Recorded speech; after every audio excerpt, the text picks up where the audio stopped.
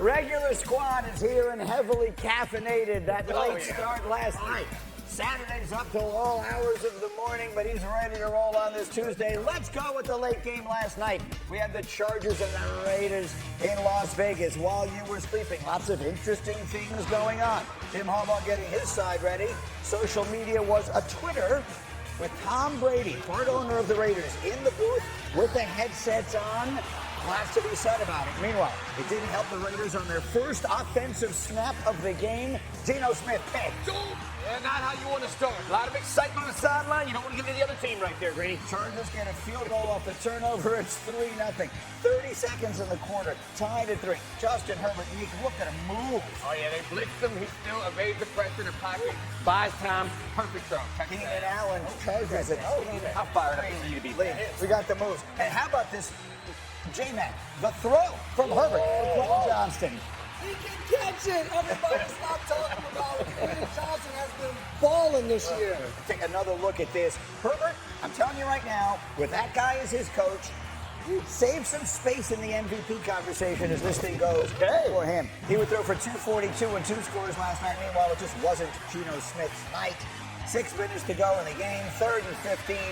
That one is tipped and picked. Dante Jackson with that one. Smith would throw 3 interceptions on the night. Then all eyes, of course, are on the handshake afterwards between the two coaches. Pete Carroll's 74th birthday. It wasn't the happiest of birthdays for him. So the Chargers get the win. But a lot of conversation about Brady in the booth. Let's start there. Let me give you the background in case you haven't heard it. The Raiders offensive coordinator Chip Kelly told ESPN that he speaks with Brady 2 to 3 times a week, going through film and the game plan for the next game. Pete Carroll was asked about that after the game. Here's what he said. That's not accurate. We have conversations. I talk to Tom. Chip talks to Tom regularly. I mean, we have a tremendous asset. And so, and we all get along well and we respect each other.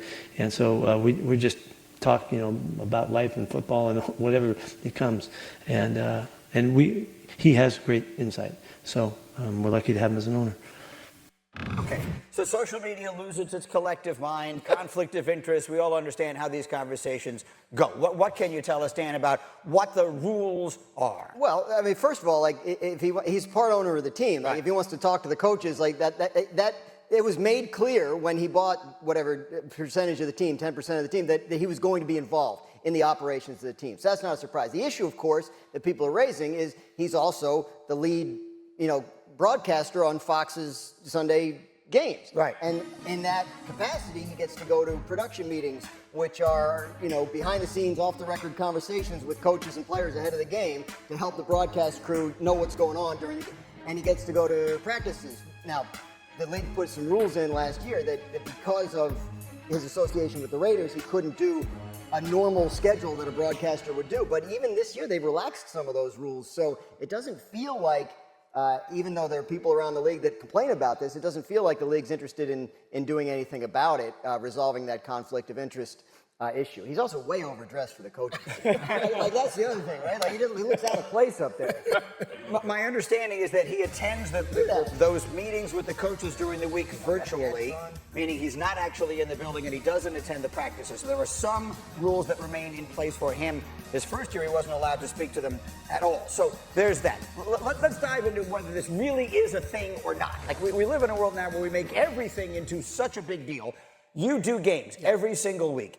How much information do you get, would you say you get from those conversations that if you wanted to be clear, you never would do this, but if you wanted to use them for the benefit of another team, how much of it could you actually? It's such a tough question because it's so different depending upon the coach. But in those meetings, you are fully discussing what the team is going on that week, specific to a single game. So you may get into what players are available for the game that given Sunday. You may get into a little bit of what your philosophy is going into that game. So you do get a lot of information that if you went out and just spread it out, it would be very difficult for those teams.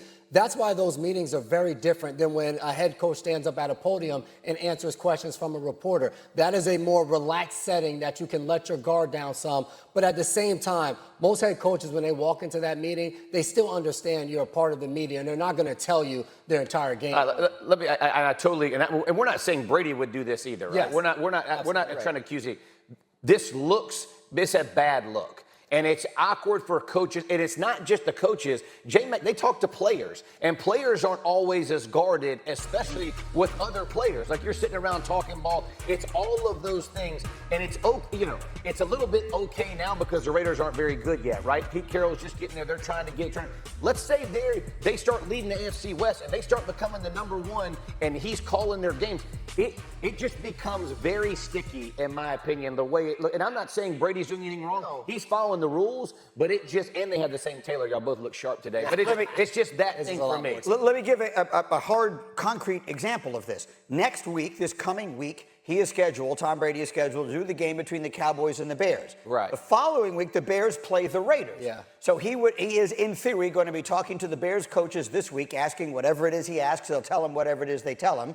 And then the following week, they're playing the team of which he is the part owner. That's why people, I think, are making a big deal of it. Yeah, and I don't think it matters whether there's, I understand what J-Mac was saying, that there's not a lot of information and coaches are guarded, but sometimes the players aren't as guarded. I don't think it matters whether they're guarded or not. The thing is, you do not want the perception, the opportunity for any impropriety. And if you are going to take this risk, I would think that you would take this risk because the benefit was so great. In that case, it doesn't seem to line up necessarily that he's either such a great owner that he can't walk away from that, or such a great broadcaster that he has to also be an owner, or they just let him show up and talk and do the games. I would be upset or uncomfortable if I were a player on it. I think that's the key point. You went to journalism school. Yeah. They taught about avoid the appearance of impropriety. Right. Even if you are fundamentally ethical, if someone on the outside can look and say, well, that doesn't make sense, he shouldn't be doing that in that role and also that role, that offers the possibility for an abuse of one or the other. So I'm surprised, honestly, that the NFL hasn't been more concerned about this. You do hear it again from other teams, from coaches of other teams. Is this all right? It does not seem like something anybody wants to actually do. Can I just tell you how paranoid coaches are? So my first year I retired. I worked for ESPN and I worked for the Colts for Mr. Irsay. When I would go back to the building, the coaching staff, which was Pagano and Grigson, right, and they didn't know me. I knew Bruce Arians, but I was just getting to know all those guys. I couldn't go to the back portion of the building, right, because Peyton's still playing. All my buddies are still playing, and that's how paranoid coaches and staffs are. So that to your point, any slight chance of anything passing just gets very uncomfortable in those settings. Quickly on that, I wonder down the line, you just talked about the fact that the Bears now are in the crosshairs of that. Do they start to say, you know what, I don't want to make Caleb Williams available for your broadcast team to talk? My head coach, he's not going to go talk Ben Johnson. I wonder, does that come up when now teams are seeing that during a game? We'll have to wait and see. It's not what we anticipated talking about this morning, but it clearly is the thing that everyone on social media was grasping onto. In an unrelated story, the Chargers right now might be the best team in the AFC West. The most important. We'll get back to that. In the meantime, the early game last night was a thriller right down to the finish. Baker Mayfield